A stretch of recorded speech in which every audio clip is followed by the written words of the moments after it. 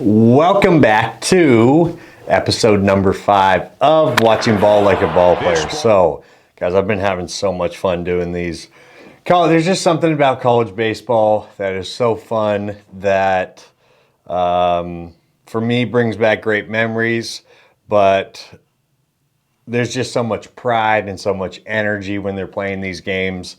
And we're still fairly early into the season here. Most teams, some conferences have one weekend of conference play, some have two.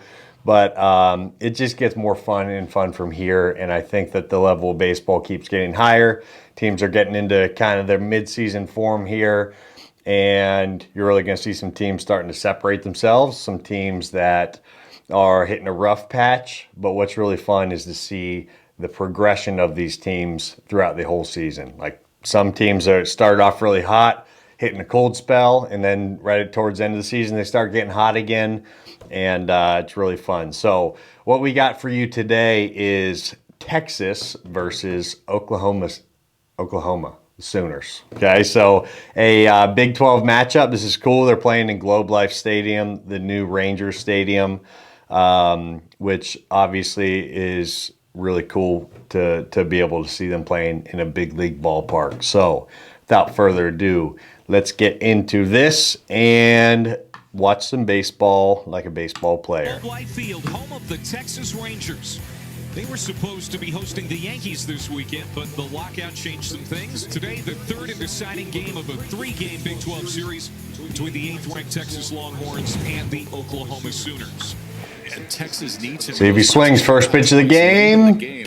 Oh, he did not. So last video I was talking about how a lot of times you see that. Good start for that pitcher. 92. 0-2 just off the plate. That pitch was my kryptonite. Back foot slider from the left. Oh my goodness. What a play. I think baseball players aren't athletic. Holy heck. Look at that. That's a play right there. Athlete.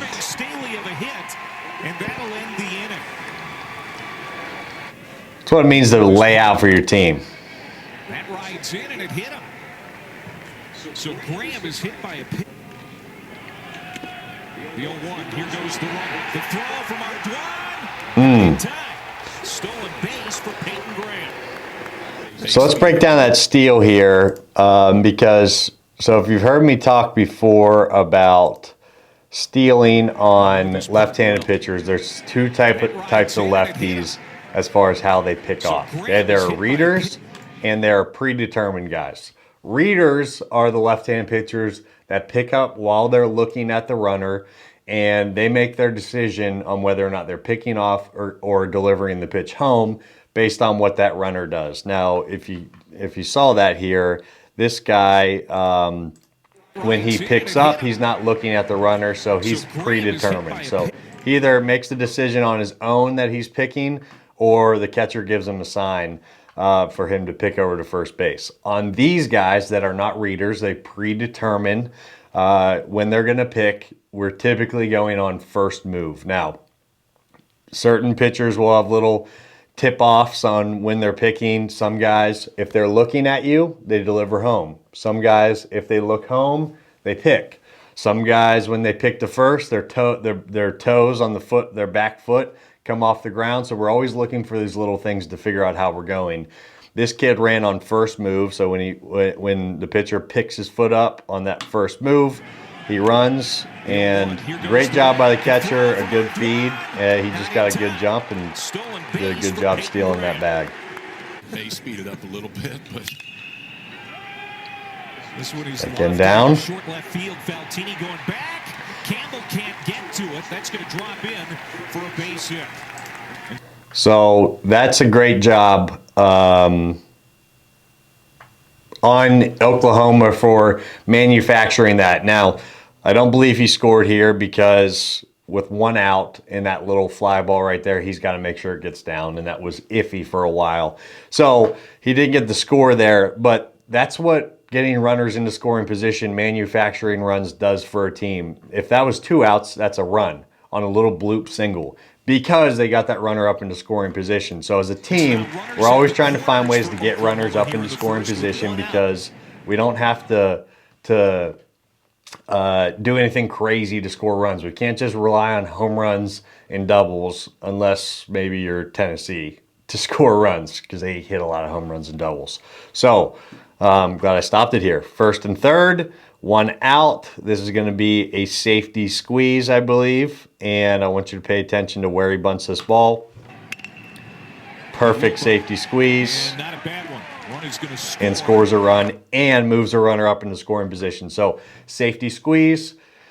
We don't have to square super late, but we also don't want to square super early. The goal on a safety squeeze, we bunt it down the first base line away from the pitcher. Now, the pitcher did field that ball, but he can't field that and throw it back to home. So he bunts it down the first base line. As a base runner on a safety squeeze, all we're doing is reading the bunt, making sure it's away from the pitcher. The second we see it away from the pitcher, we're moving. If they bunt it straight back to the pitcher, that's when we have to shut it down because we can't just give up and out at the plate when we're already 90 feet away from scoring a run. So great job on that bunt. Easy run. Diego Muniz getting it done with the bat as Graham scores 1-0 Sooners. And the Sooner captain Hammered. hits it fairly deep to midweek game. Started the year as everyday right field. That's your dream as a first baseman. So these plays are really, really tough on the corner. When a guy hits one backside right at you, because typically when balls are hit there, like a right-hand hitter hitting at the first baseman, left-hand hitter hitting at the third baseman, you're not necessarily expecting the ball to be hit there. Now, I say that kind of with asterisks because you're always expecting the ball to be hit to you. That's why he can make that play. But I see a lot of young kids, they're like, oh, righty's up, I'm playing first. They're kind of just relaxed and not really engaged, getting in that ready position, having their pre-step because they're not expecting the ball to hit to you. And then when you're not expecting the ball to hit to you, they're going to hit one like this right at you. He was ready for that. Easy double play. Just bad luck for Texas. Made a great swing on it, but a good play by that first baseman. Another one. two bats in a row. Okay, now he wasn't not ready for that, but it just hit it in the right place. So a couple good breaks for Oklahoma there. So I want you to watch this though. Watch the right fielder. This is a kind of a misread. So you can see here how this fence comes out. And if this ball hits that fence, it's going to bounce back here. That right fielder was anticipating the ball hitting that, which I don't think is the smart play. It's not the smart play because if this ball bounces back here or kind of out this direction, it's in front of the outfielder. So that means that I highly doubt that runner was going to make it to third for a triple if that ball hits this. What he was anticipating to hit that when all you really do is see it's on the inside of the foul line. It's not going to hit this wall. But watch where he ran.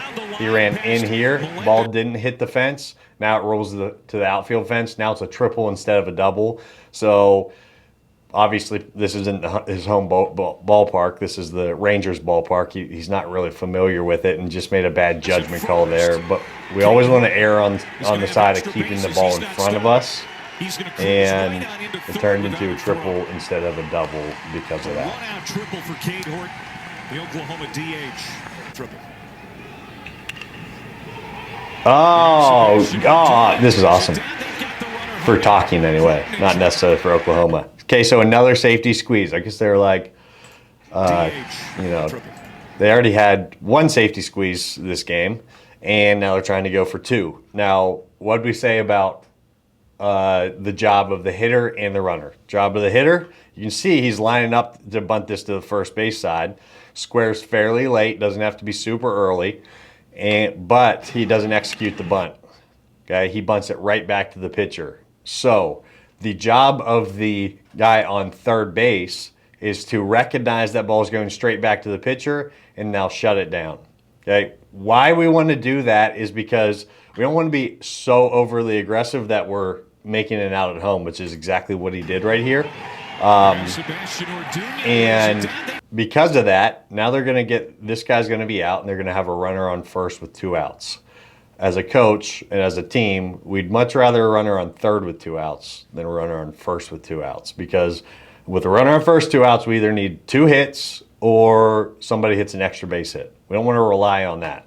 Much rather have a runner on third with 2 outs. So that was just a bad read by this runner, and that hurt them. Now, good job by the guy on first base. He moved up, or excuse me, the guy that bunted the ball. He moved up to second base, so they still got a runner in scoring position there. Brings home the 1-2 pitch. And great pitch inside corner. So Oklahoma gets a runner to third with 1 out, but they can't score anybody. It's good for our game. That's called strike 3 as Mitchell Davis. This guy's dealing so far. You can kind of see, watch this pitcher's body language. He's walking around like he owns the place, strutting off the field, big body language. Like, I don't know what's going through his head. I haven't heard him say a word, but I can tell you he's confident. I can tell you he's feeling good because of his body language. Okay, and vice versa, you have bad body language. You can tell that kid's not confident, that he's not feeling good. And a lot of times even if we're not feeling good, we have big body language, confident body language. You can trick yourself into being confident again. As this one is hit back up the middle for Graham.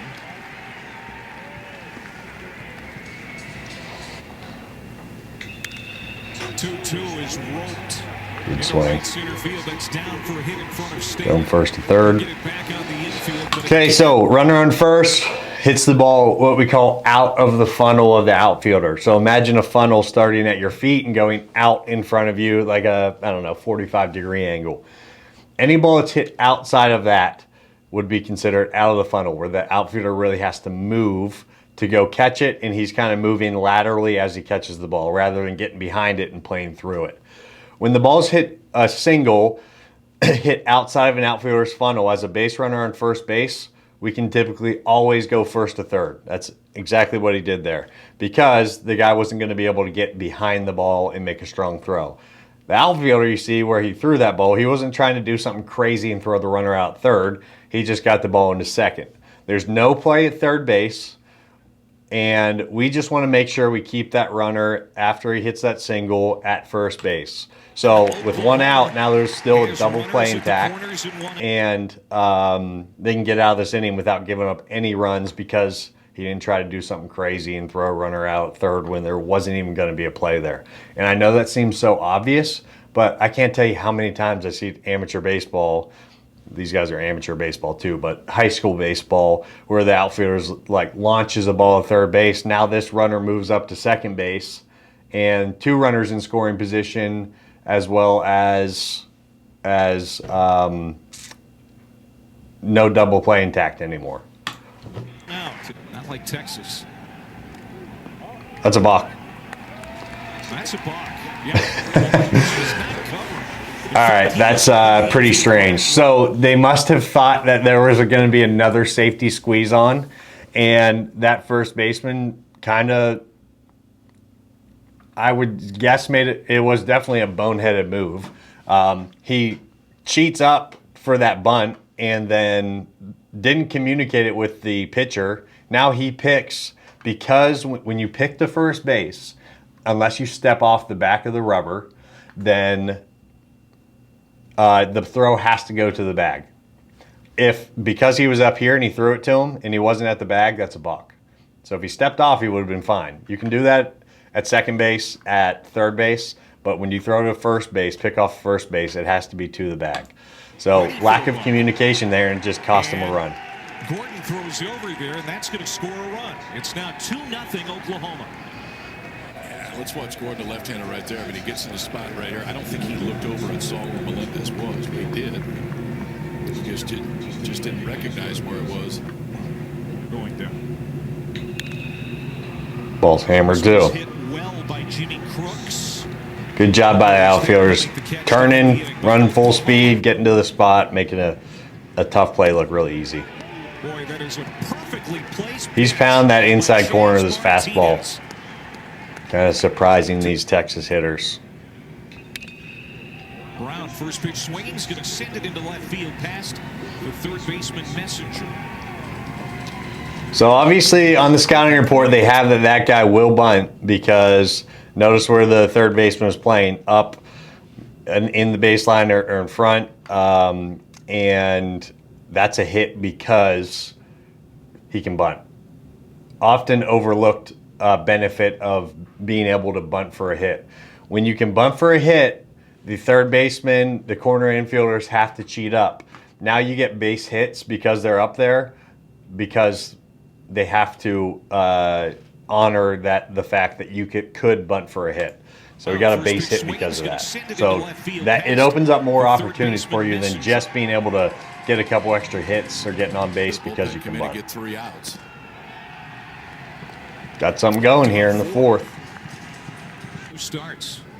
Another slash. This one is pushed the other way. There it is. Okay, that's good throw and good slide, and good job by the catcher being heads up. A little push off the bag there. So slash. Why do we slash? We slash to get the infielders moving out of their position, and then our job is to hit it where they're not anymore. So that's exactly what this kid did. I think this is the same kid that botched the safety squeeze earlier. But when he squares, the shortstop started moving way too early. Infielders, when a kid squares early, we have to hold our ground. Now, the second baseman has to go to first here, and the shortstop's job is going to be cover second base. So when he squares, he needs to be holding his ground, and then as soon as he sees that pitch on its way and the kid is about to bunt the ball, then we can start moving to second base. But he obviously was moving way early, which is why he opened up that whole side of the field, or they had a shift on. I don't know for example there, but as a shortstop, you got to know we got to hold our ground. As Brown scores, they're going to have the out at Great job by the catcher staying heads up, looking for the next play, and they got an out there as well. I like the aggressiveness from the runner. It didn't pay off, but that's the risk versus reward. Valtini, usually sure-handed, struggles with it. He was going to have to hurry to get Treadaway, who moves briskly. Oh, I like it. Okay, let's dive into the mind of the pitcher shortstop here. Okay, he just missed a play. That would have been the last out of the inning. Pitcher immediately gets the ball, says, "Hey, bro, you're good. You're good." Because he wants his teammate to be confident. Because I'm sure the friends, I'm sure he wants the best for this guy, but also for himself. So the next ball that gets hit to him is an out. But that's being a good teammate, right? Not having bad body language and showing your teammates up. He gets the ball from him, says, "Hey, buddy, you're good. Let's go. Let's make the next play. We got this." I love that stuff. And they capitalize on the error. Throw to the plate, not in time. That's why errors hurt. Now he's thinking, man, I shouldn't have told him you're good.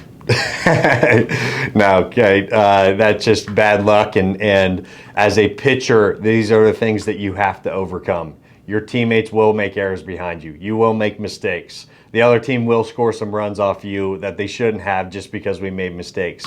But can you stay strong? Can you stay confident? And can you keep executing pitches? The answer to that might be no in this circumstance. But that's the adversity that you have to overcome sometimes. And that when you're being recruited, that's what college coaches are looking for. They got a new pitcher in there now. But that's the battle you play as a pitcher. So I think nice bunt. it's always nice knowing that he's. Oh my gosh, even nicer play. I would say that was dang near almost a perfect bunt. And we know that he's And I don't know what number this guy hits in the order, but he's a big dude, and I think he's in between 3 and 5 hitter. So obviously, I would think that third baseman is playing back. And you know what? He gets a good bunt down, getting out of the box. Pitcher makes an incredibly athletic play. That is very, very good. Very, very good play. Bare hand, get rid of the ball, going to point to good stuff. and he gets an out. That one he's not going to be able to get. These infielders must be bad hops on the Rangers field. Even if he got it in his glove, I don't think he would have gotten it. There ain't no bad hops out here. Hit to center. Long Little run, blue. right away. Coming out, won't get there. That is a true single. So as a runner on those plays, so that's 2 outs. So he just went first to third. He didn't have to wait till he catches it. But on those plays, we're reading the ball, and we can start to, as the ball's coming down, you can start to see if it's going to be caught or not, and we're creating momentum towards second base just in case it gets down with less than 2 outs. That was a good play. Good 90 by that Oklahoma guy. And a great try for the second baseman. I mean, first game I ever played in the big league park was when I was in the big leagues. Wow, that's a hose. Gets rid of it quick, puts it on the bag. You can see how aggressive Oklahoma's being, though. They're stealing, they're bunting, they're manufacturing runs, and which is why they're up 4-0 here. Oh. Does not make the catch. And the runner's hustling, so he's on second base. How many times do you see in travel baseball when a kid jogs out of the box on that? Which that ball in travel baseball is dropped probably 100 more times than it's dropped at this level, but he's still anticipating that it's dropped, which is why he's playing at a place like Texas, and because he's a hustler, because he plays hard, and obviously he's a very talented player. But that kind of hustle, that kind of anticipation is required at this level, which means you have to do it before you get to a place like this. You can't just magically start doing it when you get to Texas, because they're not even going to recruit you if you're not that type of player. Staley uncorks one to left field. Base hit. Rounding third, heading home is Hodo. He will score, and Texas is on the board. Murphy Staley, his first hit of the day.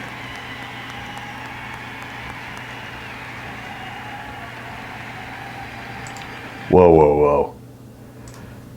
Staley, his first hit of the day. That, my friends, is a real Texan right there. Look at that hair. If I could have a blonde mullet like that, man. That's some good hair right there. That is, that's a Texan if I've ever seen one. Messenger. Nice and easy play. And Abram flips to first. Getting fired up. Held him to one there. Heads to the dugout. In the middle of it, if Texas is going to go a long way this year, Nixon's going to have to be important out of that bullpen. And at the plate yesterday. Lead off walks, never work. Push bunt. And in no man's I love how Oklahoma's playing right here. They're not the grip and rip type of team, at least in this game. They are manufacturing runs and moving runners around. So you can see a lefty here. Typically the lefties that fall off to the third base side open up for a push bunt. He just pushes through that bunt. His goal is to get it to the second baseman.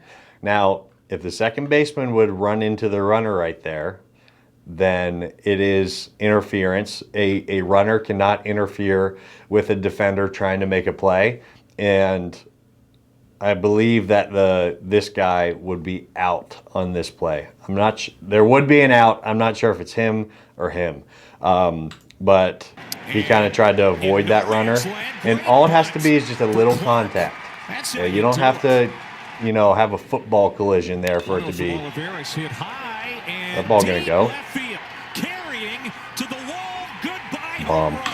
So it doesn't have to be a football collision for it to be interference.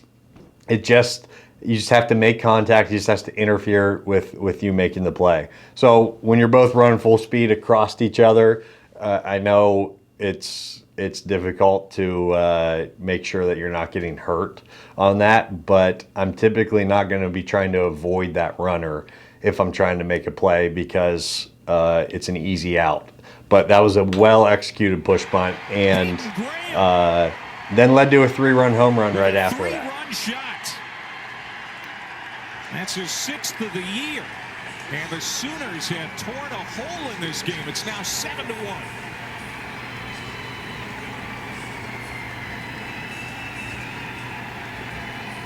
And there's some flash in this swing. We talked about earlier. You can see this kid's not big. He's not super physical, but he ain't weak, obviously. That swing is really, really good too. You can see how he's finishing out through the ball, which is why he's able to drive this ball. You don't have to be big to be good at this game, but you do have to be strong. You do have to be explosive. And because, he's probably $170 maybe. I don't know how tall he is. He might be a little more than that if he's taller. But that's pretty elite swing mechanics. Palm up, reaching full extension through contact, and he gets that ball out of there. Ball's hammered. Base hit to center. Frost in time. Making his Center fielder not trying to do too much. in the lineup. Just keeping the ball in front of him.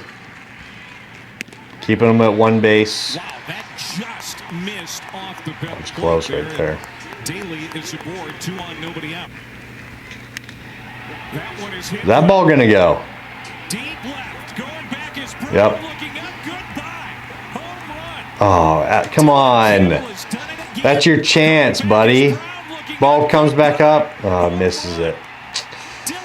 Just a shame. Could have had that home run ball. This one a 3-run shot as Texas is back in the ballgame.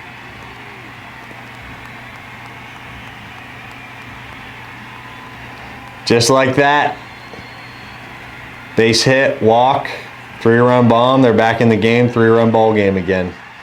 Not trying to do too much with that swing, just simple, through the ball. 4-pitch walk. Here's a 3-0. Now we walk. Now they really have something going. Back-to-back walks. No way. Left field. Brown. Oh, and they tied it up. I think that was in 1 inning. Man, that's where walks hurt you. All the way back. Big time. Okay, when you're up this big in a game, they're up 7-1.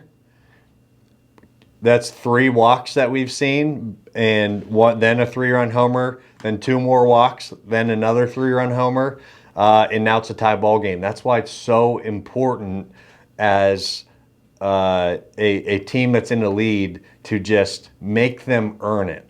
Okay, now they earned it with 2 home runs, but they didn't earn it in the fact that he just walked 2 guys in a row on 8 pitches. So that's 2 runners that ended up scoring 2 runs from that home run that they didn't have to do one thing for.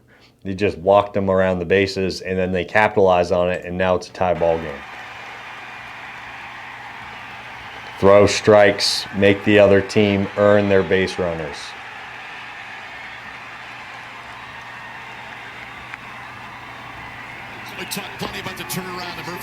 Yelling at the pitcher.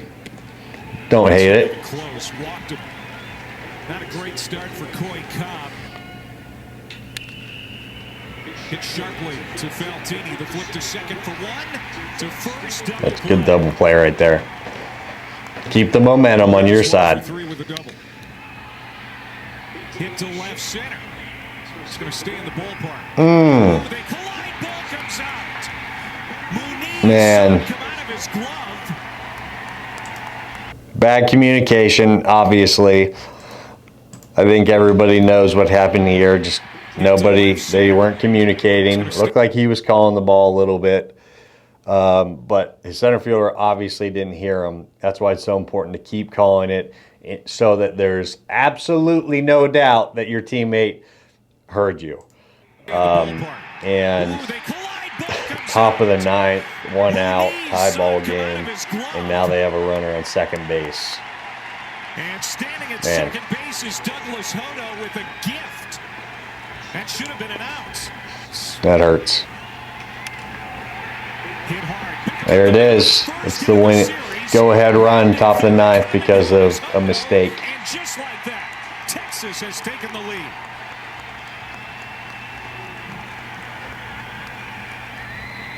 Good piece of hitting. He wasn't going to go the whole weekend without a hit. You give Melendez enough chances, and ultimately he's going to come. That kid can really hit. I've watched a few Texas games, and he just hammers balls. Sounds like what they were saying. He was struggling there most of this weekend, but what's Steve Springer say? Always want the fifth at bat. Always want the next at bat, because that next at bat could be the one where you step up and get the job done for your team. So that's exactly what he did.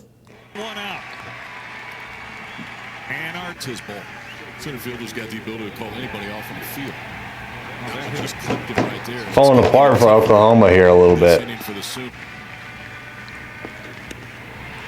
Struck him out. 2 down. Again the 0-2. Big play. Kind of skipped under his glove there. That was a great effort. 2 runs will score. Great effort. And it's 10-7 Horns. Austin Todd delivers. You are never out of it in this game. They're down 7-1 late in the game, 7th inning. And some things go their way. They may have some big hits, hit a couple timely home runs, and keep pouring it on here in the 9th inning to make this game pretty much out of reach. But as I said, never out of the game, so we'll see what Oklahoma does here. But that's a 5-run lead in the 9th now.